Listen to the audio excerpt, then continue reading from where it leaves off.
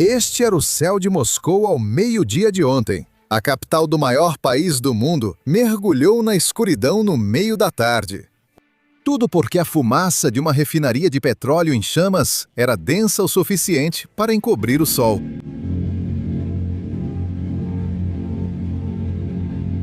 Infelizmente para o pequeno Vladimir, essa nem foi a pior imagem que saiu de Moscou naquele dia. A pior imagem foi o momento em que um míssil de defesa aérea russo atingiu acidentalmente um depósito russo de petróleo. Dá uma olhada. Merda, filha é tudo. O vídeo quebrou a internet. E isso aconteceu no dia 18 de junho, quando a Ucrânia lançou o maior ataque de drones a Moscou que a cidade já presenciou. Mas aqui está o que torna essa história ainda maior. O dia 18 de junho não foi um caso isolado. Foi o maior, mas é algo que já vem acontecendo em Moscou há muito tempo. Desde o dia 8 de junho, há cerca de 12 dias, a Ucrânia vem atacando Moscou todos os dias. Eles estão em uma sequência de ataques, e a capital russa não consegue fazer nada para impedir. As consequências dessa campanha já começam a aparecer. O aliado mais próximo de Putin acabou de pedir desculpas publicamente a Zelensky. E além disso, os blogueiros de guerra russos agora estão em completo colapso. Os oficiais de defesa russos estão em pânico, o público russo está em pânico e o próprio Putin basicamente se isolou. Ele não está indo a nenhum evento público. Ele não está indo a eventos com plateias montadas, porque está com muito medo de encarar o próprio povo. Neste vídeo, quero mostrar exatamente o que está acontecendo na capital russa agora. Como a Ucrânia atinge a cidade mais protegida do mundo há 12 dias. E por que as defesas aéreas russas agora prejudicam mais a Rússia do que a Ucrânia. E então vamos analisar por que Lukashenko está agora abandonando Putin para apoiar a Ucrânia. E claro, como Putin está reagindo a tudo isso.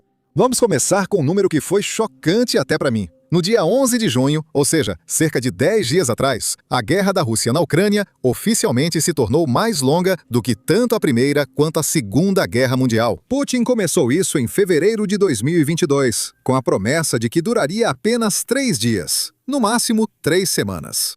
Pois é, adivinha só, ele acabou de completar 52 meses. Essa agora é a guerra mais cara, mais constrangedora e mais destrutiva que a Rússia enfrentou em uma geração.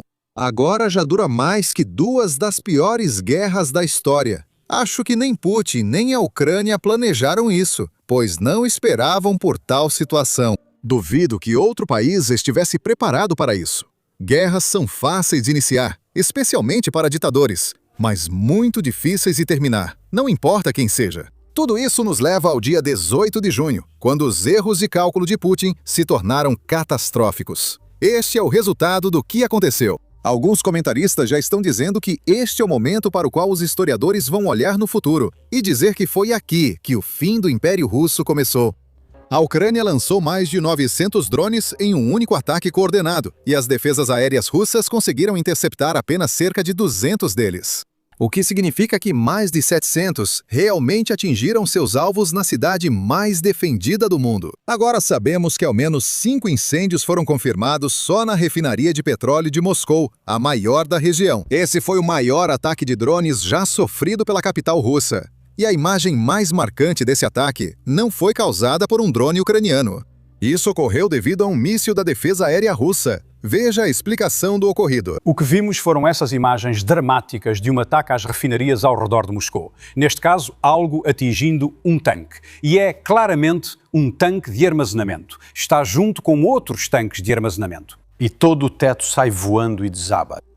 Isso mostra que está cheio de vapores, seja lá quais forem, vapores de óleo, vapores de gasolina, vapores de gás, tanto faz. Não estamos interessados nesse rastro de condensação. E isso vem de mais abaixo. Mas o que foi disparado saiu vários segundos antes, pois o rastro está ondulado e se dispersando. Isso já passou. O que importa é o outro rastro de condensação. Olha só, aquele rastro de condensação é estreito. Está concentrado. Acabou de ser disparado e está vindo de uma posição baixa, em algum lugar no solo, numa trajetória bem baixa. Vamos apenas acompanhar o percurso. E lá vai ele, direto para onde está o tanque. É claro que existe a possibilidade de outra coisa ter causado aquela explosão naquele momento específico, mas não parece provável. Com as evidências reunidas, não temos certeza, mas tudo indica que os russos usam seus próprios manpads, sistemas portáteis de defesa aérea lançados do ombro, como os Stingers.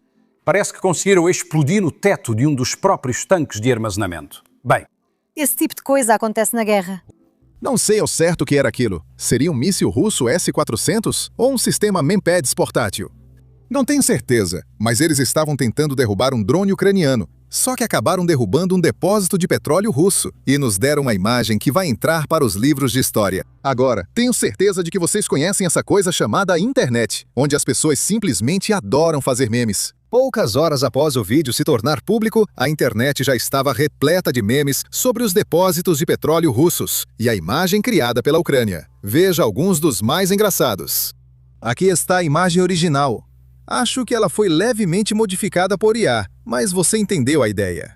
E aqui está o primeiro meme, onde Putin está andando no táxi OVNI e Zelensky está tirando uma selfie, como se estivesse no TikTok, e a mensagem diz: "Com amor, de Zelensky." O próximo mostra Lavrov, Medvedev e Putin voando tranquilamente para longe da Rússia, enquanto a cidade queima.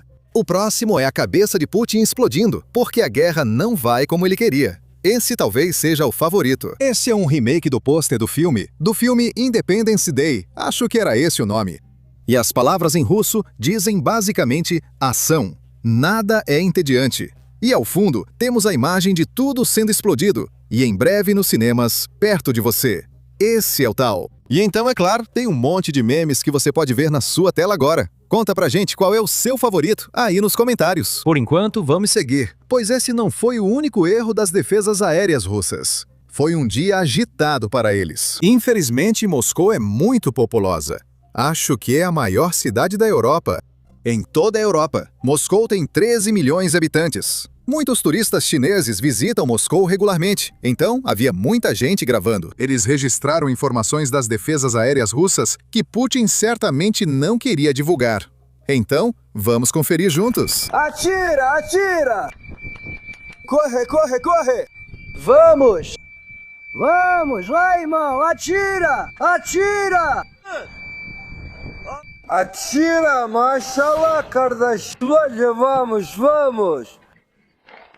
Maşallah kardeş, maşallah Burkı. Maşallah. Linhagem, maşallah.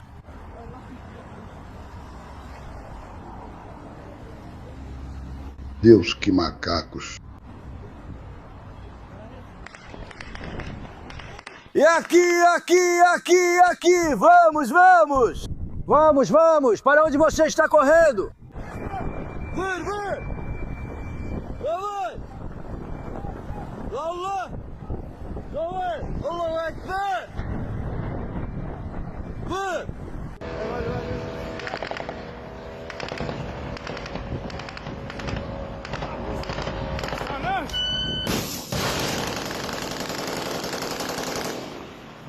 Para onde ele voou? Meu Deus! Para onde ele voou?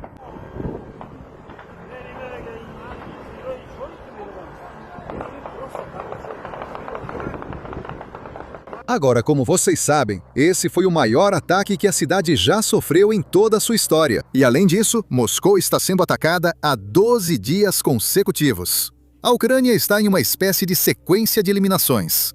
Então, vamos ver como o público russo está reagindo. Primeiro, temos um morador de Moscou expressando em bom e claro russo o que temos dito neste canal nos últimos 4 anos. A Rússia aprontou e agora está pagando o preço. Acho que essa é a famosa equação da física. Einstein criou, e agora Putin está aprendendo sobre ela em tempo real. Veja esta mensagem.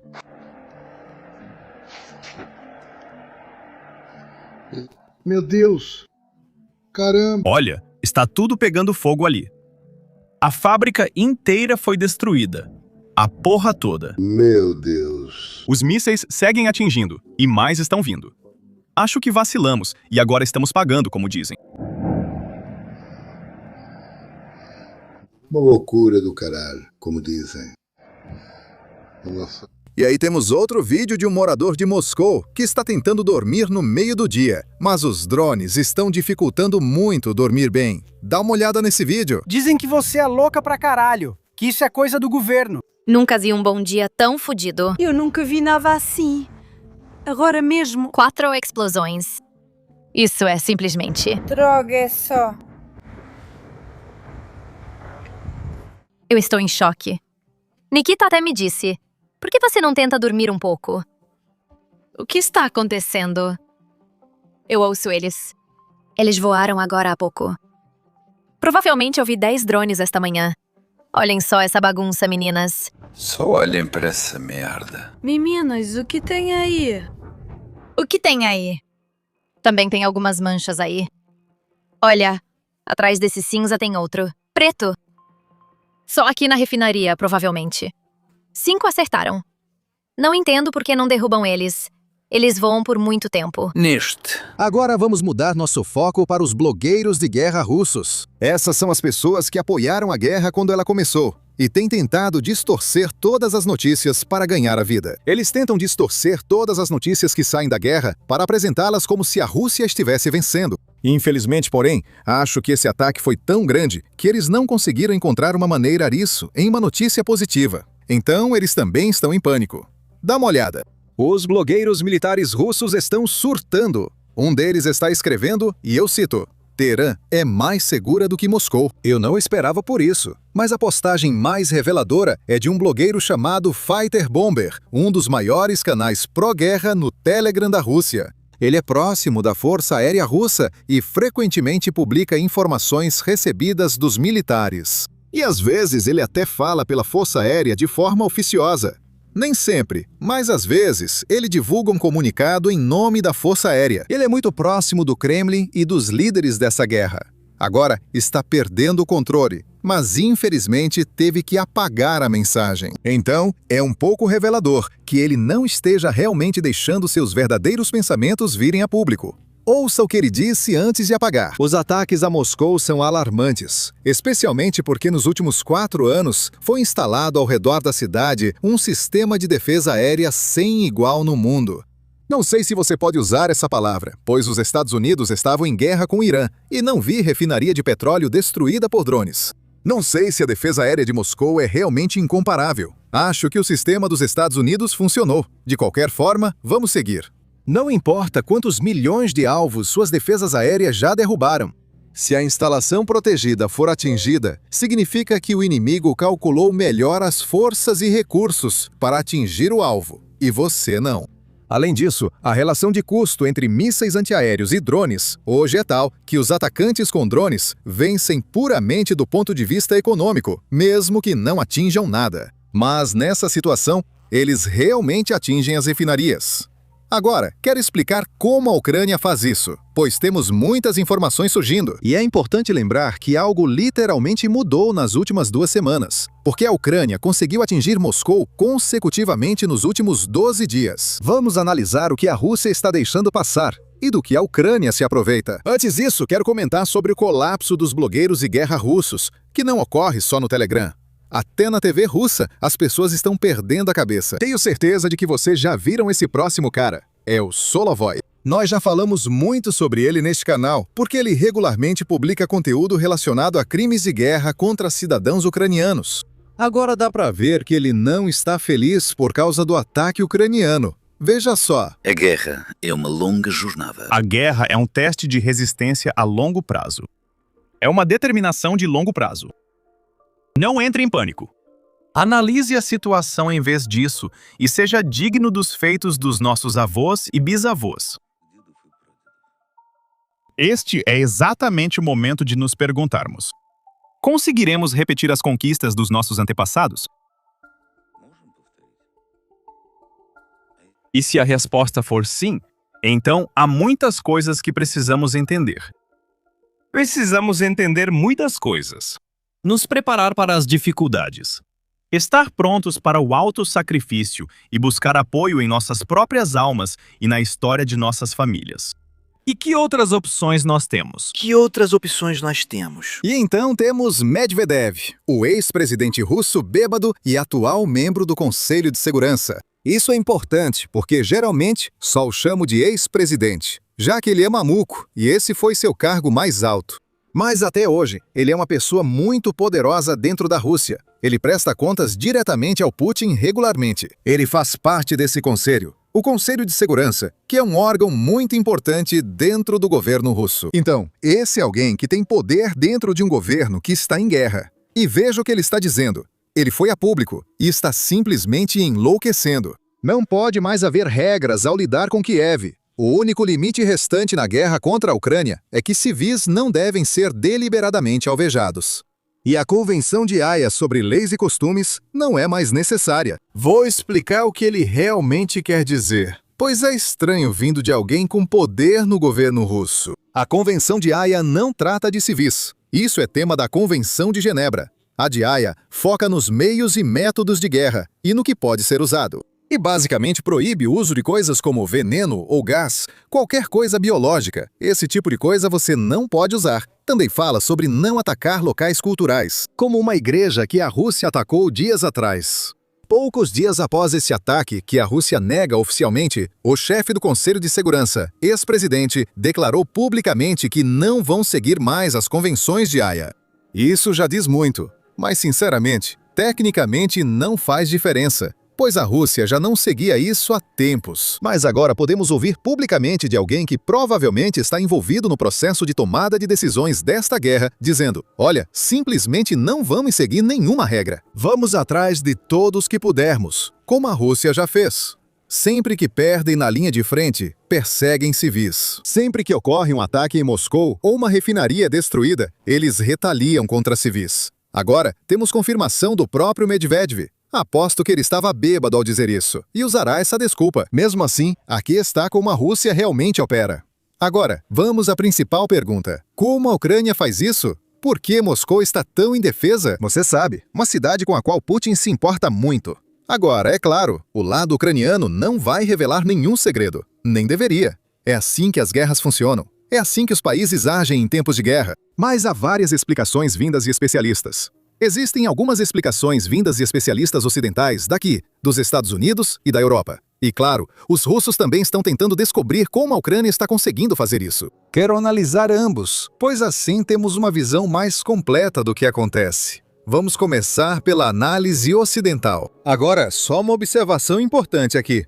Foi a Rússia que começou a usar drones nesta guerra. Eles começaram em outubro de 2022, comprando drones Shahed do Irã e usando-os contra Kiev, enviando-os em ataques massivos para sobrecarregar as defesas aéreas. E adivinha? Agora, anos depois de iniciar isso, a Rússia prova do próprio veneno. A Ucrânia fez algo que a Rússia não esperava. Eles não esperavam que isso acontecesse tão rápido. A Ucrânia aumentou a produção de drones e a Rússia sabia que eles estavam sendo usados. Eles não previam que a Ucrânia usaria tantos drones tão rápido. A produção ucraniana cresce cerca de 10% ao mês. Isso cresce muito rapidamente. Isso significa que a cada 7 ou 8 meses, a produção está dobrando. No ano passado, a Ucrânia produziu cerca de 4 milhões de drones. Se esse número de 10% se mantiver, o que é improvável a longo prazo, mas se mantiver, a Ucrânia provavelmente pode fabricar cerca de 6 a 8 milhões de drones este ano. E isso é algo importante porque, novamente, não importa que tipo de defesa aérea a Rússia tenha, é impossível parar tudo. Além da produção, a Ucrânia faz muito mais. Do lado ucraniano, a Ucrânia lida com ataques de drones desde o início e montou um sistema relativamente barato e mais eficaz que o da Rússia para detê-los. Fizemos um vídeo dedicado explicando o funcionamento do sistema ucraniano, que reúne diferentes peças em uma unidade coesa. Eles possuem dezenas e milhares de sensores acústicos distribuídos pela fronteira, localizados em pontos altos, apenas ouvindo em busca de drones. Ao detectar um drone, o sinal é enviado direto para um centro de comando em Kiev, que coordena várias equipes.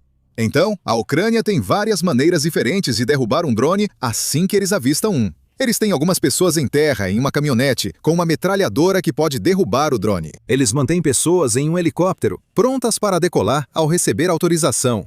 Ei, tem um drone perto! Derrube-o! Eles ainda usam jatos antigos da era soviética, com um piloto e outro piloto armado com metralhadora para derrubar drones. Eles têm sistemas que operam em conjunto. Não é só alguém observando o céu esperando um drone para agir. Não, eles têm um sistema Q. Eles têm o centro de comando que está coordenando tudo isso. E isso é muito eficaz. A Rússia realmente não tinha isso. Eles dependiam apenas de pessoas com metralhadoras, radares grandes e defesas aéreas que possuem. E o principal motivo pelo qual a Rússia não tem esse sistema coeso e barato é porque eles realmente não precisavam disso. Até o final do ano passado, a Ucrânia não estava realmente atingindo a Rússia em grande escala. Antes, eles se viravam só com essas máquinas maiores, pois bastava. Agora, com a Ucrânia produzindo muito mais drones, isso não basta mais. E a Rússia está tentando encontrar rapidamente uma maneira, um sistema para parar esses ataques de drones. Mas esse sistema não é tão bem estruturado quanto o ucraniano. E isso é algo que blogueiros russos estão apontando, especialistas russos estão apontando. Agora, por isso, vamos passar para a explicação russa de como a Ucrânia consegue fazer isso, porque isso também nos dá algumas informações.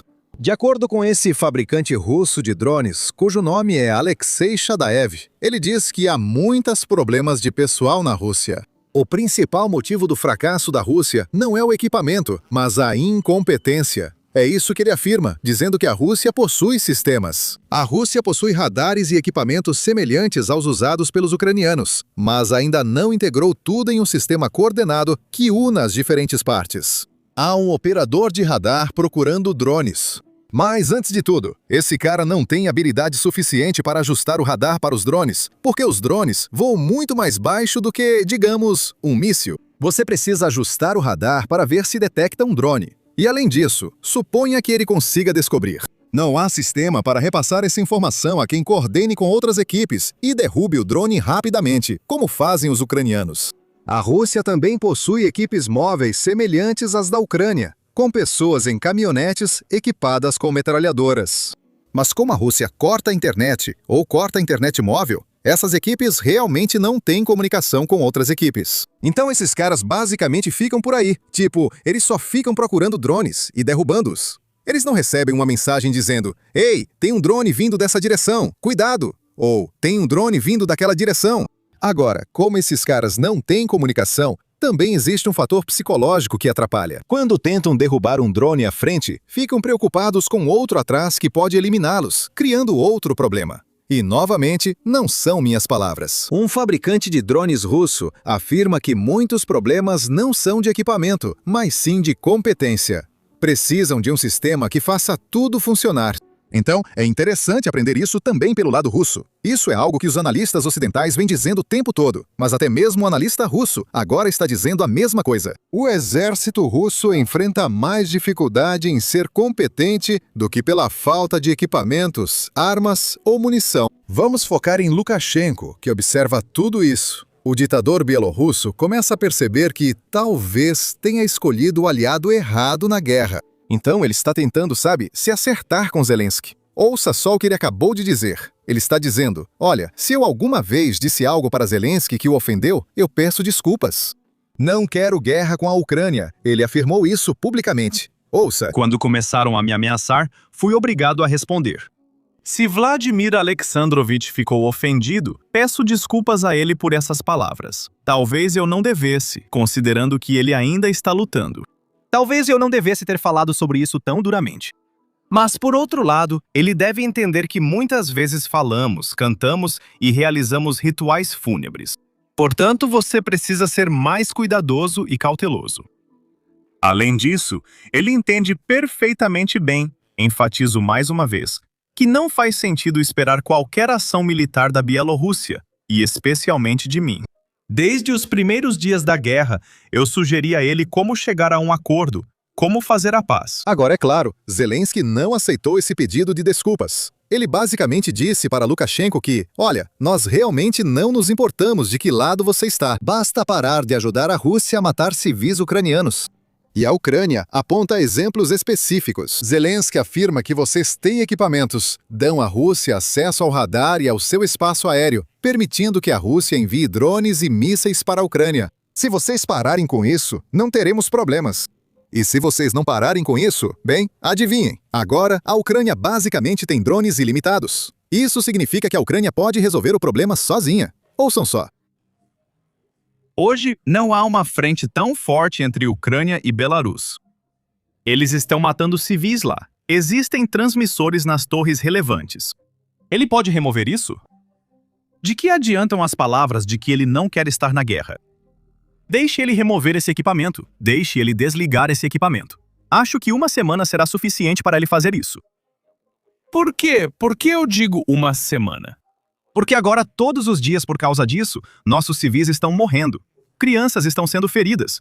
Se ele não fizer isso, nós faremos. Se ele não fizer isso, nós. Agora, nossa última história é sobre uma arma que muitos analistas estão chamando de o Grande Equalizador. Esta é uma nova arma que a Ucrânia não possuía, mas que a Rússia já usava para destruir cidades ucranianas. Uma bomba planadora. A Rússia utiliza bombas planadoras desde a era soviética, enquanto os ucranianos só agora passaram a tê-las. Vamos detalhar isso exclusivamente para nossos membros. Então, se você quiser acesso a isso, pode se tornar um membro clicando no botão Seja Membro aqui embaixo ou acessando basicsinsider.com. O seu apoio é o que faz esses vídeos continuarem saindo e eu realmente agradeço a cada um de vocês. Meu nome é Sam e vejo vocês no próximo vídeo.